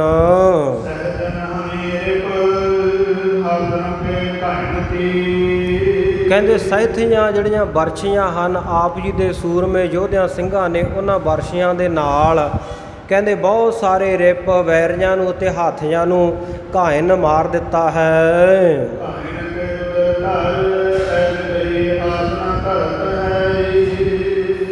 ਕਹਿੰਦੇ ਇਸ ਪ੍ਰਕਾਰ ਕਹਿੰਦੇ ਉਹਨਾਂ ਦੇ ਘਾਵਾਂ ਦੇ ਵਿੱਚੋਂ, ਵੈਰੀਆਂ ਦੇ ਜ਼ਖਮਾਂ ਵਿੱਚੋਂ ਤੇ ਹਾਥੀਆਂ ਦੇ ਜ਼ਖਮਾਂ ਦੇ ਵਿੱਚੋਂ ਰੁਦਰ ਧਾਰ, ਖੂਨ ਦੀ ਧਾਰਾ ਇਉਂ ਇਸ ਪ੍ਰਕਾਰ ਦੀ ਵਗਦੀ ਹੈ। ਐਸੀ ਵਹੀ ਆਸ ਨਾ ਧਰਤ ਹੈ ਕਿ ਉਹ ਹੁਣ ਆਸ ਨਹੀਂ ਧਰਦੇ ਵੀ ਜਿਉਂਦੇ ਰਹਿ ਜਾਵਾਂਗੇ। ਕਹਿੰਦੇ ਜਦੋਂ ਕਿਸੇ ਘਰ ਦੇ ਵਿੱਚ ਅੱਗ ਲੱਗ ਜਾਵੇ ਤੇ ਬਹੁਤ ਸਾਰਾ ਧੂੰਆਂ ਹੁੰਦਾ ਹੈ ਤੇ ਉਹ ਧੂੰਆਂ ਸਾਰੇ ਘਰ ਵਿੱਚ ਫੈਲ ਕੇ ਘਰ ਦਾ ਹੀ ਆਕਾਰ ਧਾਰਨ ਕਰ ਲੈਂਦਾ ਹੈ। ਤੇ ਫਿਰ ਝਰੋਖਿਆਂ ਵਿੱਚੋਂ ਦੀ ਜਿਹੜੇ ਰੋਸ਼ਨਦਾਨ ਹੁੰਦੇ ਆ, ਵਿੰਡੋਜ਼ ਹੁੰਦੀਆਂ, ਬਾਰੀਆਂ ਹੁੰਦੀਆਂ, ਉਹਨਾਂ ਦੇ ਵਿੱਚੋਂ ਝੱਖ ਝੱਖ ਕਰਕੇ ਜਿਹੜੀ ਅੱਗ ਆ ਨਾ ਉਹ ਫਿਰ ਬਾਹਰ ਨੂੰ ਪ੍ਰਗਟ ਹੁੰਦੀ ਹੈ।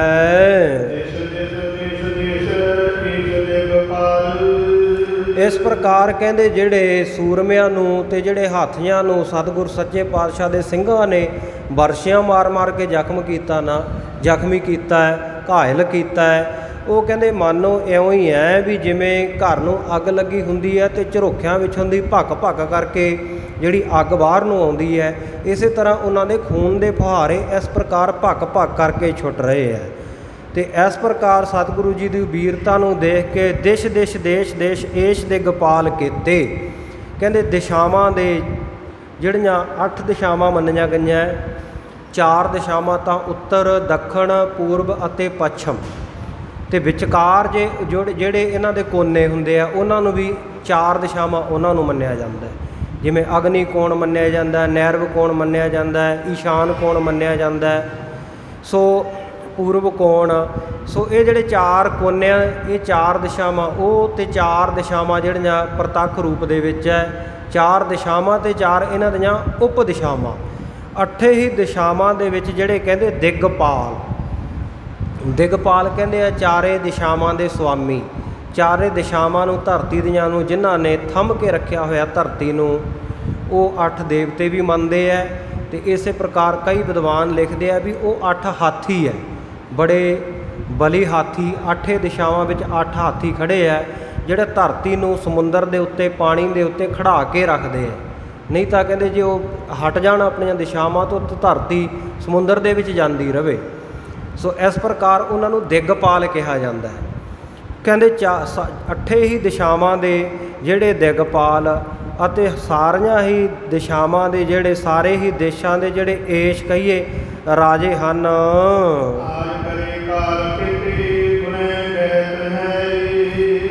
ਸੋ ਕਹਿੰਦੇ ਉਹ ਸਤਿਗੁਰ ਸੱਚੇ ਪਾਤਸ਼ਾਹ ਜੀ ਦੇ ਗੁਣਾਂ ਨੂੰ ਕਹਿੰਦੇ ਉਹ ਗਾਇਨ ਕਰਦੇ ਆ, ਜਾਂ ਸਤਿਗੁਰ ਸੱਚੇ ਪਾਤਸ਼ਾਹ ਜੀ ਦੇ ਗੁਣਾਂ ਨੂੰ ਧਾਰਨ ਕਰਨ ਦੀ ਇੱਛਾ ਕਰਦੇ ਆ।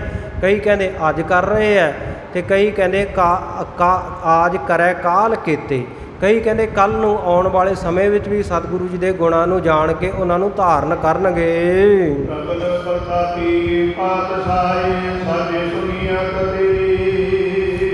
ਪ੍ਰਬਲ ਪ੍ਰਤਾਪੀ ਸਤਿਗੁਰ ਸੱਚੇ ਪਾਤਸ਼ਾਹ ਆਪ ਜੀ ਬੜੇ ਬਲ ਵਾਲੇ, ਬਲਵਾਨ ਸੂਰਮੇ ਹੋ ਔਰ ਬੜੇ ਤੇਜ ਪ੍ਰਤਾਪ ਵਾਲੇ ਹੋ।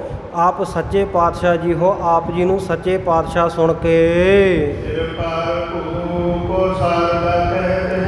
ਸਾਰਦਾ ਕਵੀ ਕਹਿੰਦਾ ਮਹਾਰਾਜ ਸੱਚੇ ਪਾਤਸ਼ਾਹ ਜਿਹੜੀ ਧਰਤੀ ਦਾ ਭਾਰ ਆ ਨਾ ਉਹ ਵੀ ਤੁਹਾਡੇ ਸਿਰ 'ਤੇ ਆ, ਭਾਵ ਧਰਤੀ ਤੁਹਾਡੇ ਆਸਰੇ ਹੈ।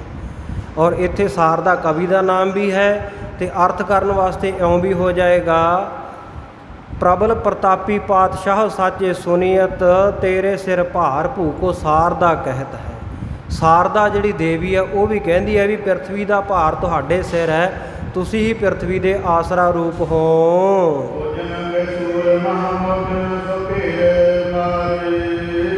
ਮਹਾਰਾਜ ਸੱਚੇ ਪਾਤਸ਼ਾਹ ਜੀ ਆਪ ਜੀ ਬੜੇ ਬਲਸ਼ਾਲੀ, ਬੜੇ ਸੂਰਮੇ ਹੋ, ਔਰ ਜਿਹੜੇ ਬੜੇ ਓਜ ਵਾਲੇ, ਤੇਜ ਪ੍ਰਤਾਪ ਵਾਲੇ, ਬੜੇ ਬਲ ਵਾਲੇ ਜਿਹੜੇ ਸੂਰਮੇ ਹਨ, ਉਹਨਾਂ ਨੂੰ ਮਹਾ ਮੌਜਨ ਦੇ ਵਿੱਚ ਆਪ ਜੀ ਆਪਣੀ ਮੌਜ ਵਿੱਚ ਆ ਕੇ ਬਖਸ਼ਿਸ਼ਾਂ ਦੇ ਨਾਲ ਹੀ ਕਹਿੰਦੇ ਇੰਨਾ ਘੇਰ ਲੈਂਦੇ ਹੋ ਔਰ ਬਖਸ਼ਿਸ਼ਾਂ ਦੇ ਨਾਲ ਘੇਰ ਕੇ ਇੰਨਾ ਮਾਰ ਦਿੰਦੇ ਹੋ ਵੀ ਹੋਰ ਕਿਸੇ ਪ੍ਰਕਾਰ ਦੀ ਵਿਚਾਰ ਕਰਨੀ ਹੀ ਨਹੀਂ ਬਣਦੀ। ਦਾਰਦ ਦੈਤ ਹੈ, ਇਹ ਸੋਚਣਾ ਚਾਹੀਦਾ ਕਿ ਮਹਾਰਾਜ ਸੱਚੇ ਪਾਤਸ਼ਾਹ ਆਪ ਜੀ ਤਾਂ ਦਾਰਦ ਨੂੰ, ਦਲਿੱਦਰ ਨੂੰ ਕੱਟ ਰਹੇ ਹੋ, ਆਪ ਜੀ ਤਾਂ ਗਰੀਬੀ ਦੂਰ ਕਰ ਰਹੇ ਹੋ।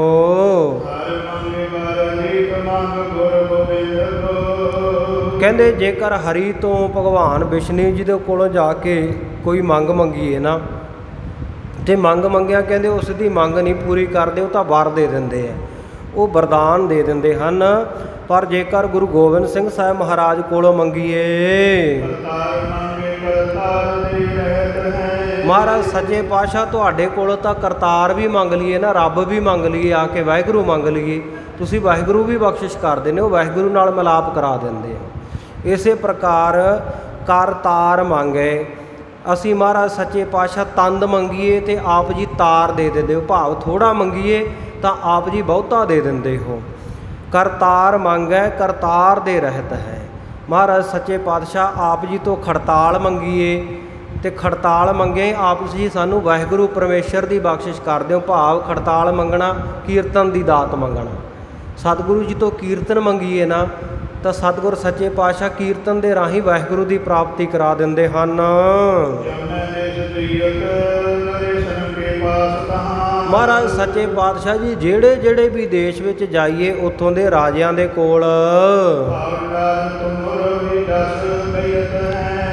ਥਾਵਾਂ ਦੇ ਉੱਤੇ, ਜਗ੍ਹਾ ਦੇ ਉੱਤੇ ਮਹਾਰਾਜ ਸੱਚੇ ਪਾਤਸ਼ਾਹ ਸਾਰੇ ਤੁਹਾਡਾ ਹੀ ਜਸ ਗਾਇਨ ਕਰ ਰਹੇ ਹਨ।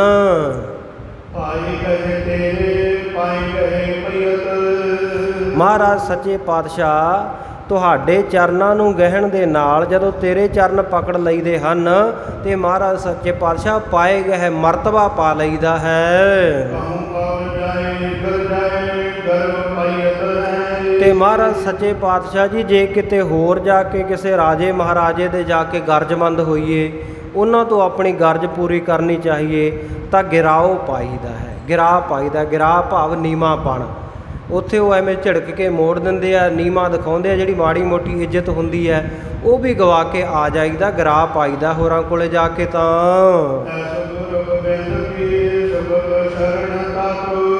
ਹੇ ਕਵੀ ਜਨੋ, ਹੇ ਸ਼ੁਭ ਕਵੀ ਜਨੋ, ਐਸੇ ਗੁਰੂ ਗੋਬਿੰਦ ਸਿੰਘ ਸਾਹਿਬ ਮਹਾਰਾਜ ਸੱਚੇ ਪਾਤਸ਼ਾਹ ਦੀ ਹਮੇਸ਼ਾ ਚਰਨ ਸ਼ਰਨ ਤੱਕੀਏ, ਜਿਨ੍ਹਾਂ ਦਾ ਪੂਰਨ ਪ੍ਰਤਾਪ ਹੈ ਔਰ ਜਿਨ੍ਹਾਂ ਦਾ ਜਸ ਜਿਹੜਾ ਉਹ ਸਾਰੇ ਜੱਗ ਦੇ ਵਿੱਚ ਛਾਇਆ ਹੋਇਆ ਹੈ।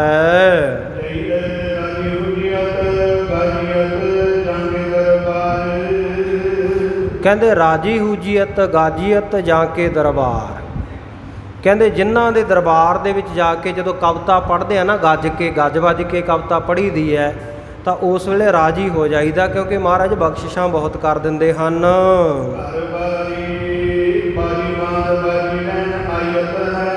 ਕਿਉਂਕਿ ਮਹਾਰਾਜ ਸੱਚੇ ਪਾਤਸ਼ਾਹ ਪਹਿਲੀ ਕਵਿਤਾ ਤੋਂ ਖੁਸ਼ ਹੋ ਕੇ ਜਿਹੜਾ ਘੋੜਾ ਦਿੱਤਾ ਹੁੰਦਾ ਉਹ ਅਸੀਂ ਘਰ ਬੰਨ੍ਹ ਆਉਂਦੇ ਹਾਂ, ਅਤੇ ਜਦੋਂ ਦੁਬਾਰਾ ਆ ਕੇ ਗੱਜਦੇ ਆ ਨਾ ਤੁਹਾਡੇ ਦਰਬਾਰ ਵਿੱਚ ਕਵਿਤਾ ਪੜ੍ਹਦੇ ਆ ਤੇ ਮਹਾਰਾਜ ਸੱਚੇ ਪਾਤਸ਼ਾਹ ਇੱਕ ਘੋੜਾ ਤੁਸੀਂ ਬੇਸ਼ਕੀਮਤੀ ਹੋਰ ਦੇ ਦਿੰਦੇ ਹੋ।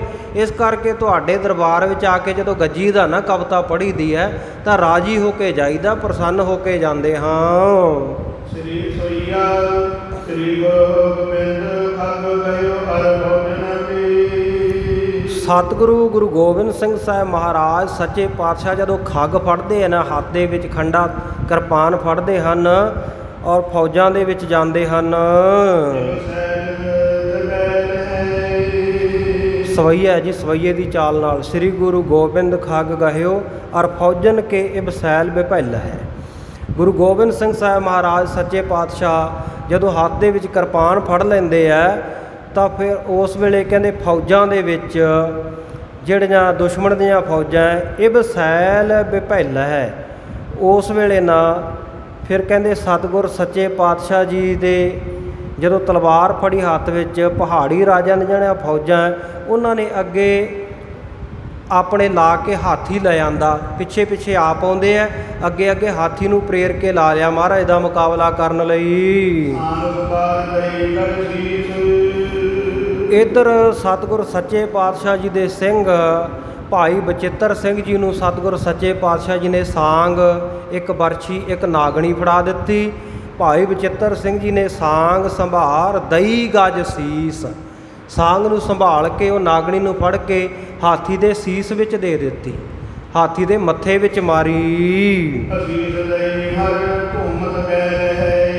ਉਸ ਵੇਲੇ ਕਹਿੰਦੇ ਹਾਥੀ ਨੇ ਭਾਈ ਬਚਿੱਤਰ ਸਿੰਘ ਜੀ ਦੇ ਅੱਗੇ ਮੱਥਾ ਨਿਵਾ ਦਿੱਤਾ। ਇਉਂ ਕਹਿੰਦੇ ਮੰਨੋ ਵੀ ਉਹ ਜਿਹੜਾ ਭਾਈ ਬਚਿੱਤਰ ਸਿੰਘ ਜੀ ਨੇ ਜਿਸ ਹਾਥੀ ਦੇ ਮੱਥੇ ਵਿੱਚ ਉਹ ਨਾਗਣੀ ਮਾਰੀ ਹੈ ਨਾ, ਹਾਥੀ ਉਹਨਾਂ ਨੂੰ ਮੱਥਾ ਟੇਕ ਕੇ ਨਮਸਕਾਰ ਕਰਕੇ ਅਸੀਸ ਦੇ ਕੇ ਵਾਪਸ ਚਲਿਆ ਗਿਆ, ਗੈਲ ਕਹੀਏ ਪਿੱਛੇ ਮੁੜ ਗਿਆ।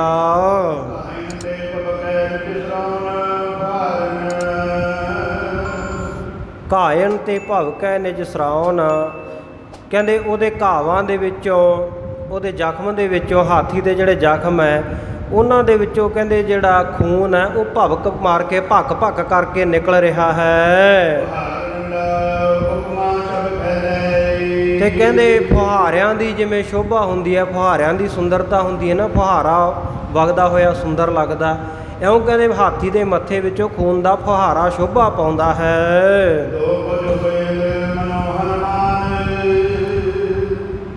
ਦੋ ਭੁਜ ਹੇਲ ਮਨੋ ਹਨੂਮਾਨ ਹਿਲਾਵਤ ਜਾਨ ਸੰਜੀਵਨ ਸੈਲ ਹੈ। ਸੋ ਕਹਿੰਦੇ ਜਿਵੇਂ ਕਹਿੰਦੇ ਦੋਵੇਂ ਭੁਜਾ ਦੇ ਨਾਲ, ਦੋਵੇਂ ਬਾਹਾਂ ਦੇ ਨਾਲ ਹਨੂਮਾਨ ਨੇ ਕਹਿੰਦੇ ਉਹ ਪਹਾੜ ਨੂੰ ਹਿਲਾਇਆ ਸੀ।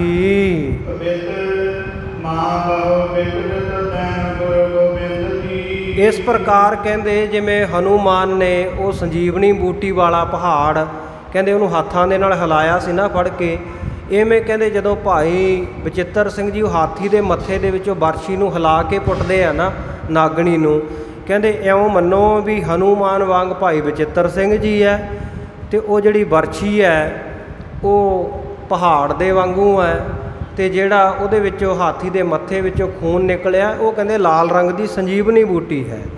ਇਸੇ ਪ੍ਰਕਾਰ ਅੱਗੇ ਕਵਿੱਤ ਦੇ ਵਿੱਚ ਕਵੀ ਜੀ ਕਹਿੰਦੇ ਹੈ ਕਿ ਮਹਾਬਾਹੂ ਬਿਰਚ ਬਨੈਤ ਗੁਰ ਗੋਬਿੰਦ ਜੀ, ਕਹਿੰਦੇ ਮਹਾਬਾਹੂ ਬਲ ਵਾਲੇ, ਭੁਜਾਵਾਂ ਦੇ ਬਲ ਵਾਲੇ ਗੁਰੂ ਗੋਬਿੰਦ ਸਿੰਘ ਸਾਹਿਬ ਮਹਾਰਾਜ ਜਦੋਂ ਸਾਜ ਧੱਜ ਕੇ ਸ਼ਸਤਰਧਾਰੀ ਹੋ ਕੇ ਵਿਚਰਦੇ ਹਨ ਫੌਜਾਂ ਸਮੇਤ,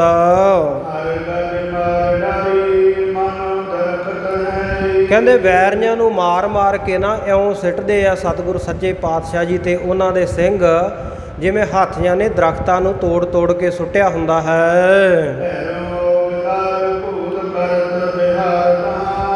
ਫਿਰ ਕਹਿੰਦੇ ਮੈਦਾਨੇ ਜੰਗ ਵਿੱਚ ਭੈਰੋਂ, ਬੇਤਾਲ ਤੇ ਭੂਤ ਪ੍ਰੇਤ ਆਦਿਕ ਉੱਥੇ ਤੁਰੇ ਫਿਰਦੇ ਹਨ। ਤੇ ਆਪਣੇ ਗਲੇ ਦਾ ਹਾਰ ਬਣਾਉਣ ਵਾਸਤੇ ਨਾ ਸ਼ਿਵ ਜੀ ਉੱਥੇ ਪਰਖਦਾ ਫਿਰਦਾ ਵੀ ਕਿਹੜੀ ਖੋਪੜੀ ਵਧੀਆ ਹੈ।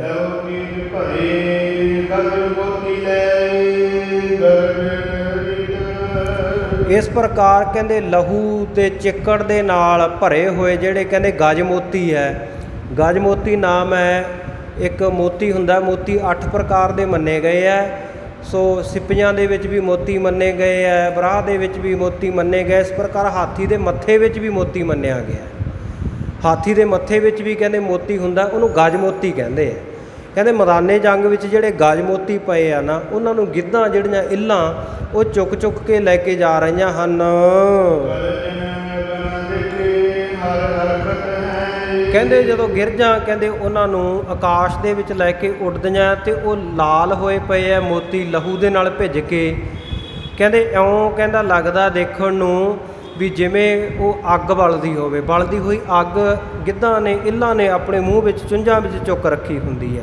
ਦੇਖੇ ਹਰ ਹਰਕਤ ਹੈ ਤੇ ਕਹਿੰਦੇ ਹਰ ਭਗਵਾਨ ਸ਼ਿਵ ਜੀ ਦੇਖ ਦੇਖ ਕੇ ਖੁਸ਼ ਹੋ ਰਹੇ ਹਨ। ਧੋਖੇ ਨਾ ਭਗਤ ਧੂੜ ਧਰਨ ਰਖਤ ਬਨਾਵ। ਤੇ ਕਹਿੰਦੇ ਜਦੋਂ ਉਹ ਗਿੱਧਾਂ ਉਹ ਇੱਲਾਂ ਦੇਖਦੀਆਂ ਗਿਰਜਾਂ ਦੇਖਦੀਆਂ ਵੀ ਇਹ ਤਾਂ ਅੱਗ ਹੈ ਸਾਡੇ ਕੋਲੇ, ਉਹਨਾਂ ਨੂੰ ਲੱਗਦਾ ਹੈ ਵੀ ਅੱਗ ਹੈ, ਇਹ ਭੁਲੇਖਾ ਜਿਹਾ ਪੈਂਦਾ ਹੈ ਤਾਂ ਗਜਮੋਤੀ। ਕਹਿੰਦੇ ਨਾ ਭਗਤ, ਕਹਿੰਦੇ ਉਹਨਾਂ ਨੂੰ ਖਾਂਦੀਆਂ ਨਹੀਂ ਹਨ।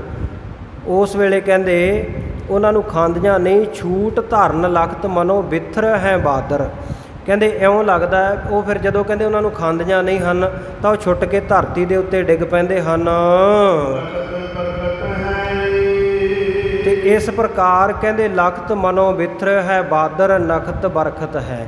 ਕਹਿੰਦੇ ਇਉਂ ਲੱਗਦਾ ਹੈ ਵੀ ਮਨੋ ਬਿਥਰ ਹੈ ਬਾਦਰ, ਜਿਵੇਂ ਉਹਨਾਂ ਦੇ ਮੂੰਹ ਦੇ ਵਿੱਚੋਂ ਜਦੋਂ ਉਹ ਡਿੱਗਦੇ ਆ ਨਾ ਆ ਕੇ ਧਰਤੀ ਦੇ ਉੱਤੇ ਗਜ ਮੋਤੀ, ਤੇ ਇਉਂ ਲੱਗਦਾ ਵੀ ਆਕਾਸ਼ ਦੇ ਵਿੱਚ ਜਿਹੜੀਆਂ ਇਹ ਗਿਰਜਾਂ ਤੁਰੀਆਂ ਫਿਰਦੀਆਂ ਵੀ ਇਹ ਬੱਦਲ ਬਿਖਰੇ ਫਿਰਦੇ ਆ, ਤੇ ਉਹਨਾਂ ਬੱਦਲਾਂ ਦੇ ਵਿੱਚੋਂ ਜਿਵੇਂ ਨਖੱਤਰ ਤਾਰੇ ਡਿੱਗ ਰਹੇ ਹੁੰਦੇ ਆ ਨਾ, ਇਉਂ ਧਰਤੀ ਦੇ ਉੱਤੇ ਉਹ ਗਜ ਮੋਤੀ ਡਿੱਗਦੇ ਹਨ ਆ ਕੇ।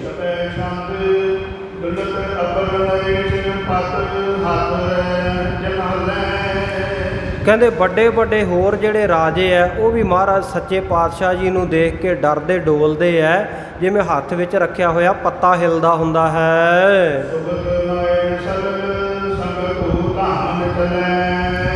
ਕਹਿੰਦੇ ਸੂਖਤ ਸਾਇਰ ਸਲਲ, ਸਮੁੰਦਰਾਂ ਦੇ ਪਾਣੀ ਸੁੱਕ ਜਾਂਦੇ ਹਨ। ਤੇ ਇਸ ਪ੍ਰਕਾਰ ਸੰਕ ਧੂ ਧਾਮ ਨਾ ਚੱਲੈ।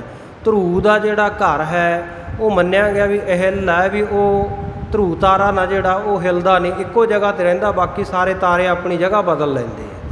ਜਿਵੇਂ ਕਹਿੰਦੇ ਧਰੂ ਅਹਿਲ ਹੈ, ਪਰ ਕਹਿੰਦੇ ਉਹ ਵੀ ਸ਼ੰਕਮਾਨ ਹੋ ਜਾਂਦਾ। ਧਰੂ ਦਾ ਘਰ ਜਿਹੜਾ ਉਹ ਵੀ ਹਿੱਲਣ ਡੋਲਣ ਲੱਗ ਪੈਂਦਾ ਹੈ।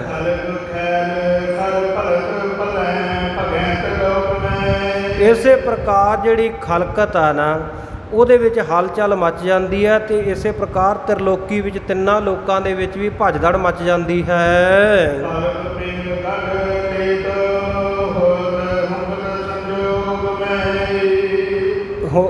ਹੁੰਕਤ ਸੋ ਜੰਗਮ ਹੈ। ਇਸ ਪ੍ਰਕਾਰ ਕਹਿੰਦੇ ਪਲਕ ਪਲ ਦੇ ਵਿੱਚ ਹੀ ਪੇਲ ਗੜ ਲੇਤ ਮਹਾਰਾਜ ਸੱਚੇ ਪਾਤਸ਼ਾਹ ਆਪ ਜੀ ਕਿਲਿਆਂ ਨੂੰ ਅਧੀਨ ਕਰ ਲੈਂਦੇ ਹੋ। ਹੇਤ ਹੁੰਕਤ ਸੋ ਜੰਗਮ ਹੈ, ਜਦੋਂ ਜੰਗ ਦੇ ਵਿੱਚ ਜਾ ਕੇ ਆਪ ਜੀ ਹੁੰਗਾਰਾ ਜਿਹਾ ਮਾਰਦੇ ਹੋ।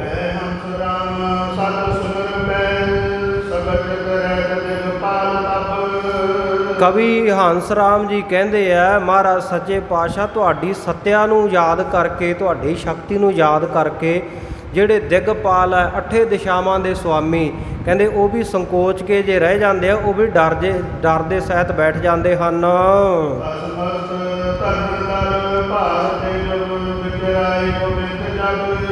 ਤੇ ਇਸੇ ਪ੍ਰਕਾਰ ਕਹਿੰਦੇ ਧਰਨ ਜਿਹੜੀ ਧਰਤੀ ਆ ਨਾ ਉਹ ਵੀ ਧਸ ਜਾਂਦੀ ਹੈ ਤੁਹਾਡੇ ਦਲਾਂ ਦੇ ਭਾਰ ਦੇ ਨਾਲ। ਜਦੋਂ ਮਹਾਰਾਜ ਸੱਚੇ ਪਾਤਸ਼ਾਹ ਗੁਰੂ ਗੋਬਿੰਦ ਸਿੰਘ ਮਹਾਰਾਜ ਆਪ ਜੀ ਆਪਣੀਆਂ ਫੌਜਾਂ ਦਲਾਂ ਦੇ ਸਮੇਤ ਵਿਚਰਦੇ ਹੋ।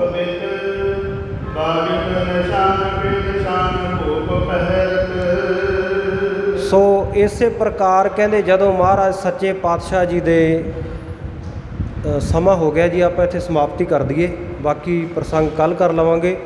ਸੋ ਇੱਥੇ ਹੀ ਆਪਾਂ ਸਮਾਪਤੀ ਕਰ ਦਿੰਦੇ ਹਾਂ ਵਿਸ਼ਰਾਮ ਦੇ ਕੇ, ਬਾਕੀ ਰਹਿੰਦਾ ਪ੍ਰਸੰਗ ਆਪਾਂ ਕੱਲ੍ਹ ਦੇ ਦੀਵਾਨ ਦੇ ਵਿੱਚ ਵਿਚਾਰ ਲਵਾਂਗੇ। ਕਥਾ ਵਿਚਾਰ ਦੌਰਾਨ ਹੋਈਆਂ ਬੇਅੰਤ ਭੁੱਲਾਂ ਦੀ ਆਪ ਸਮੂਹ ਸੰਗਤਾਂ ਨੇ ਖਿਮਾ ਬਖਸ਼ਿਸ਼ ਕਰਨੀ। ਸਮਾਪਤੀ ਦੀਆਂ ਤੁਕਾਂ ਪੜ੍ਹ ਕੇ ਗੁਰਫਤਿਹ ਦੀ ਸਾਂਝ ਕਰੀਏ, ਉਪਰੰਤ ਅਰਦਾਸ ਵਿੱਚ ਹਾਜ਼ਰੀ ਲਵਾਈਏ ਜੀ।